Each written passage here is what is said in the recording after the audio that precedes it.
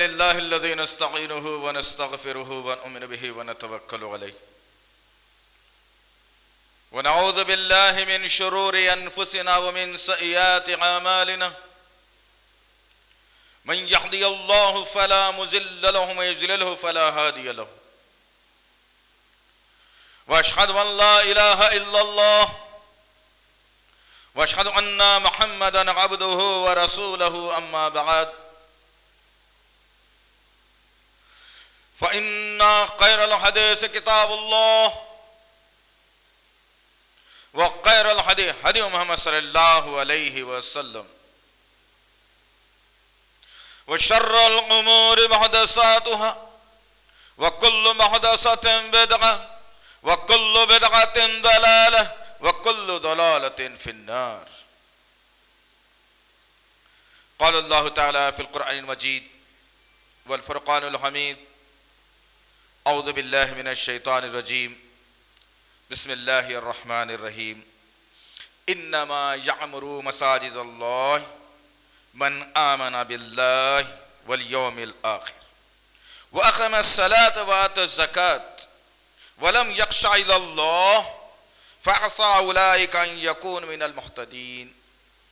ربي اشرح لي صدري ويسر لي أمري واحلل عقدة من لساني يفقهوا قولي ربي زدني علما آمین رب العالمین.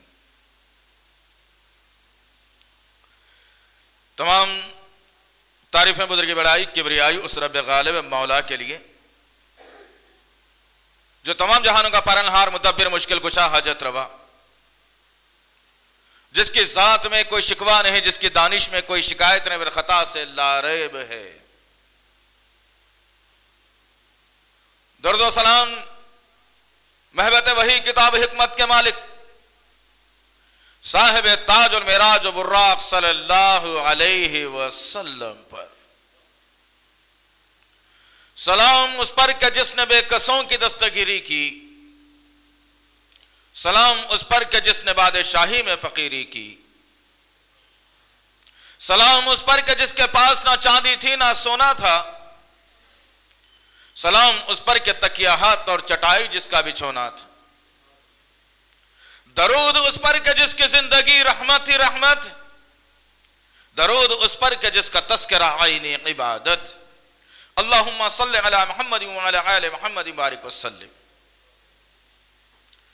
برادران اسلام اور پس پردہ سننے والی اسلام کی معزز معتبر خواتین، یہ اللہ کا بے پناہ فضل کرم احسان ہے کہ اللہ رب العزت امت محمدیہ میں پیدا فرمایا. اللہ کا احسان یہ ہے کہ اللہ تعالیٰ اپنے گھروں کو آباد کرنے کی ہمیں توفیق عنایت فرمائی.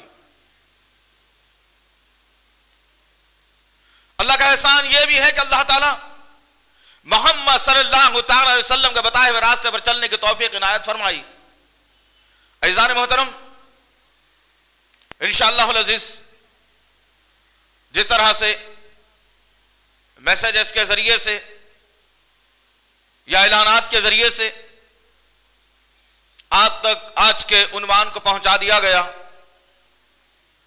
ہماری ہمیشہ کوشش یہ رہتی ہے کہ وقت اور حالات کی مناسبت سے خطبہ دیا جائے، وقت اور حالات کی مناسبت سے بات کی جائے تاکہ امت مرحومہ پھر سے زندہ ہو سکے.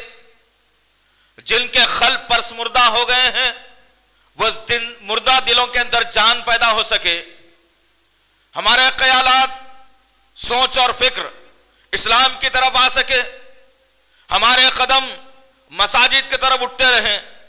یہ کوشش ہوتی ہے ہماری کہ ہر موقع کی نزاکت سے جمعہ کا خطبہ منعقد کیا جاتا ہے.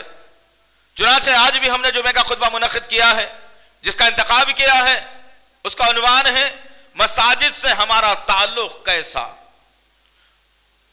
اللہ رب العزت نے دل میں خیال ڈالا کہ کیوں نہ ان عنوانات پر بات کی جائے جس کے ذریعے سے شاید ہمارا ایمان کچھ جاگ اٹھے، جس کے ذریعے سے ہم اللہ اور اس کے رسول کی تعلیمات کی طرف آ سکیں، جس کے ذریعے سے میں اور آپ جنت کے مستحق بن سکیں، جس کے ذریعے سے میں اور آپ جہنم سے بچ سکیں، جس کے ذریعے سے میں اور آپ معاشرے میں امن قائم کر سکیں، جس کے ذریعے سے میں اور آپ مسلمان کی پھر سے پہچان بنا سکیں معاشرے میں انشاءاللہ.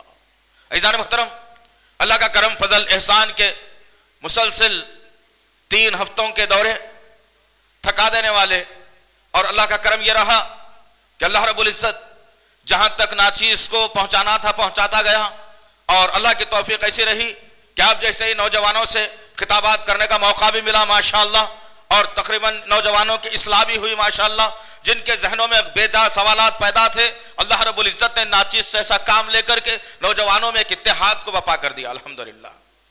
مسلسل تھکاوٹ، مسلسل دورے، مسلسل خطابات، یہ اللہ کی دین ہے کہ اللہ جسے چاہتا ہے اٹھا کر معاشرے سے کام لے لیتا ہے، لیکن معاشرے کا باقی تمام حصہ، تمام لوگ یہ بات کو طے کر چکے ہیں کہ ہاں بھائی انہوں کر رہے ہیں نا، بس کافی ہے، میں تو بیٹھ کر سننے والا بنوں گا۔ یہ صحابہ کی سنت کے خلاف ہے، یہ نبی کی تعلیمات کے خلاف ہے، اس لیے کہ اللہ کے نبی صلی اللہ علیہ وسلم نے فرمایا، سننے والوں سے زیادہ بولنے والوں کے طرف ترجیح دے کر کے فرمایا۔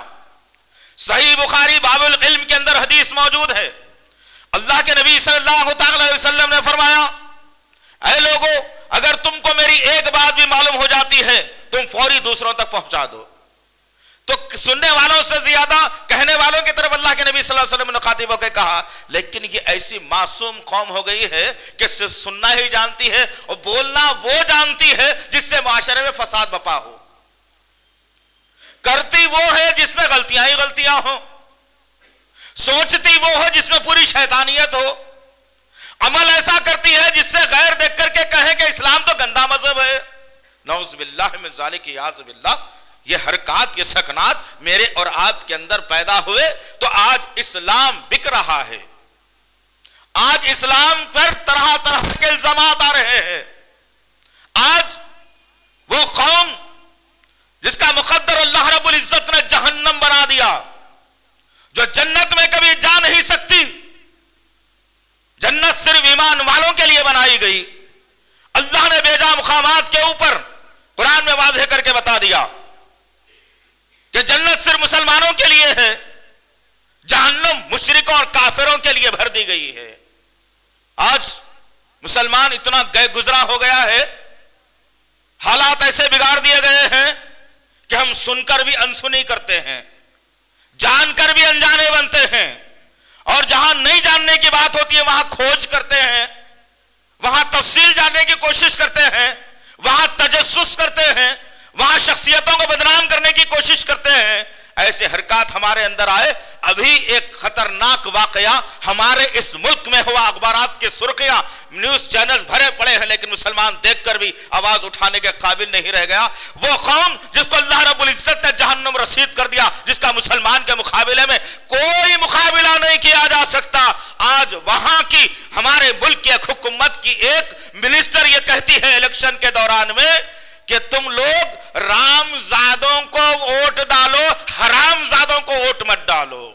اللہ اکبر، مسلمان حرام زادہ ہے؟ سوچو تمہارا مقام کیا بنا دیا گیا، کیا تمہارا مقام بنا دیا گیا، کیا ہو گیا تمہیں؟ آخر کون سی چیز تمہیں ڈرا رہی ہے؟ اللہ رب العزت نے یہی سوال کر کے پوچھا تمام دنیا کے انسانوں سے، یا ایھا الانسان ما غرک بربک الکریم۔ سورہ انفطار آیت نمبر 6 میں اللہ رب العزت فرما رہا ہے کہ اے انسان، تجھے کون سی چیز ہے مجھ سے زیادہ محبت چل رہی ہے، تو مجھ سے زیادہ محبت کرتا ہے، ایسی کون سی چیز ہے دنیا کے اندر جو میری یاد سے تجھے غفلت میں ڈال دیا ہے؟ اللہ اکبر، تم غور کرو، جملوں کے اوپر غور کرو اللہ رب العزت کے۔ اور پھر سارا واویلا ہو رہا ہے، مسلمان قوم یہ سوچ رہی ہے کہ بھائی کل نہیں کماؤں گا تو میرا گھر کیسے چلے گا، 200 روپے کا نقصان میرے گھر کا ہو جائے گا، کل کھانے گھر میں نالے پڑ جائیں گے، بچے کی فیس کیسی بنی جائے گی۔ جب تمہاری سوچ اور فکر مسلمانوں سے ہٹ کر، نبی کی سنت سے ہٹ کر، اسلام سے ہٹ کر، قرآن سے ہٹ کر، اللہ کے قانون سے ہٹ کر، اللہ کی مساجد سے ہٹ کر، اپنی خود کی کمائی، اپنی خود کی سوچ و فکر، نفسانی خواہشات کے تحت جب آ گئی تو اللہ رب العزت رحمت کی چادر کو اٹھا لیا اور تمہیں در در بھٹکنے پر مجبور کر دیا۔ سوچا تمہارا مقام و مرتبہ کیا ہے؟ بتاؤں میں تمہیں اللہ کے گھروں کی اہمیت کیا ہے، بتاؤں میں تمہیں آج انشاءاللہ کہ اللہ کے نبی صلی اللہ علیہ وسلم نے مساجد کے بارے میں کیا جو ہے نا پیشن گوئیاں کی ہے۔ تم تو غافل ہو یار، تم کو کچھ نہیں معلوم، تم کو سب کچھ معلوم ہے پھر بھی نہیں معلوم. تم سب جانتے ہو، جان کر کچھ کرنا نہیں چاہتے، جان کر کچھ آگے بڑھنا نہیں چاہتے. امت مسلمہ کی گری ہوئی ساکھ کو تم اٹھانا نہیں چاہتے، نبی کی سنتوں کو تم معاشرے میں اجاگر کرنا نہیں چاہتے، قرآن کی تعلیمات کو تم گھر گھر پہنچانا نہیں چاہتے. ذرا سوچو تمہارا معیار کیا ہے آخر، تمہارا اوقات کیا ہے آخر؟ جب تم اللہ کے قانون سے منہ موڑ کر، نبی کی سنتوں کو توڑ کر بدعتوں کے دلدادہ ہو گئے، اللہ کے گھروں کو چھوڑ کر خبروں پر سر جھکانے والے ہو گئے، خبروں سے مانگنے والے ہو گئے، خبروں سے ڈرنے والے تم جب ہو گئے، تو اللہ رب العزت ساری دنیا میں تمہاری حکمرانی کو ختم کرتے ہوئے تمہیں غیروں کا محتاج بنا کے رکھ دیا. اس سے بڑی ضلالت اس قوم کی کیا ہو سکتی ہے؟ سوچو تم مسلمان ہو یار، تم مسلمان ہو، تمہارا معیار کیا، تمہارا مقام کیا؟ تم کبھی اپنے آپ میں بیٹھ کر سوچو کہ اللہ رب العزت مجھے ہندو کیوں نہیں بنایا، مجھے سکھ کیوں نہیں بنایا، مجھے یہودی اور عیسائی گھرانے میں کیوں پیدا نہیں کیا، مجھے مسلمان بنانے کا مقصد کیا ہوگا اللہ کا؟ کیا کبھی سوچا ہے بیٹھ کر؟ کبھی دل لگایا ہے اس طرف؟ کبھی اپنے ذہن کو ٹٹولا ہے؟ کبھی سوچا ہے کہ میں مسلمان کیوں ہوں آخر؟ اور پھر مسلمان کیا ہوتا ہے؟ مسلمان کی ذمہ داریاں کیا ہیں؟ مسلمان کیا کرتا ہے؟ مسلمان کیا سوچتا ہے؟ اور پھر میں مسلمان ہوں تو کیا سوچ رہا ہوں؟ میں مسلمان ہوں تو کیا کر رہا ہوں؟ سود خور مسلمان، قاتل مسلمان، لینڈ گرابر مسلمان، اسنیچنگ کرنے والا مسلمان، دھوکہ دینے والا مسلمان، حرام کھانے والا مسلمان، اللہ کے علاوہ غیروں کے در پر سر جھکانے والا مسلمان، نبی کی تعلیمات کو چھوڑ کر اوروں کی تعلیمات کو لینے والا مسلمان. کتنے ریمارکس ہے تمہارے اوپر، تم ذرا غور کرو. اور یہ ریمارکس لے کر تم جنت میں جانے کی خواہش رکھتے ہو؟ یہ ریمارکس ڈی مارک میں ہو تم. اٹھنا ہے تم کو، بنانا ہے تم کو. اگر نہیں اٹھو گے، نہیں بناؤ گے تو یاد رکھنا تاتاری قوم کے واقعات کو. کبھی جس طرح سے تاتاری قوم نے مسلمانوں پر حملہ کرتے ہوئے ان کو پسپا کر کے لاشوں کی دیواریں اٹھا دی تھی، وہ وقت اور حالات دور نہیں رہیں گے. یاد رکھنا بات کو. جب تک کہ تم اپنے آپ کو سنبھالو گے نہیں، جب تک کہ تم اپنے آپ کو اللہ اس کے رسول کے گھروں کی طرف لاؤ گے نہیں، جب تک کہ تم مساجد کو آباد کرو گے نہیں، یا اپنے ماتھے اور پیشانیوں کو اللہ کے سامنے ڈال کر اپنی غلطیوں کی تلافی کرو گے نہیں، نمازوں کی پابندی کرو گے نہیں، قرآن تم پڑھو گے سیکھو گے نہیں، قرآن تم پھیلاؤ گے نہیں، اسلام تم لوگوں کو بتاؤ گے نہیں، اگر یہ حرکات تمہارے اندر پیدا ہے تو پھر وقت کے لیے تیار ہو جاؤ کہ تمہارا خون ایک پانی سے بھی زیادہ سستا ہونے والا ہے.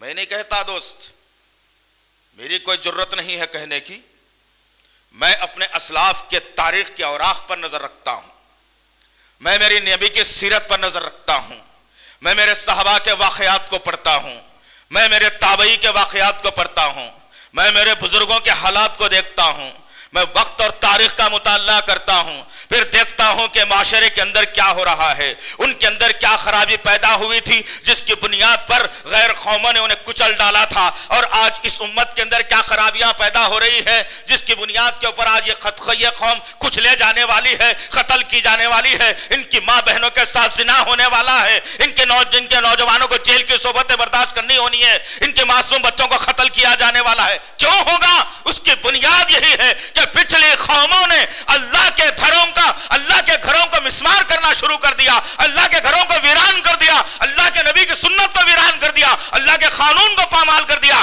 نفسانی خواہشات کے تلے آ گئے، قرآن کو جنہوں نے چھوڑ دیا، تاریخ کو اسلاف کے جس نے بدل دیا. جب یہ حالات ان کے اندر پیدا ہوئے تو تاریخ شاہد ہے کہ تمام کی تمام غیر قوموں نے مسلمانوں کو رونتے ہوئے اپنی دنیا میں حکمرانی قائم کی تھی. اور آج ذرا تم غور کر کے دیکھو، تم جمعے کو مسجدیں بھر دیتے ہو، تم جمعے کے دن مسجدوں میں یاد آتے ہو، 5 وقت مسجدیں ویران رہتی ہے، مؤذن اذان دے کر انتظار کرتا ہے، مؤذن پیش امام انتظار کرتا ہے، مسجدیں ویرانی کا شکوہ کرتی ہیں. تم تجارت میں ہوتے ہو، کاروبار میں ہوتے ہو، بعض کو تو اللہ نے یہ توفیق دی ہے کہ اذان سننے کے باوجود قبرستانوں کو آباد کرنے میں لگے ہوئے ہیں، خبروں سے ڈر کر بیٹھے ہوئے ہیں، وہ پیر مجاور سے ڈر کر بیٹھے ہوئے ہیں، وہ پیر مرشد سے ڈر کر کے بیٹھے ہوئے ہیں.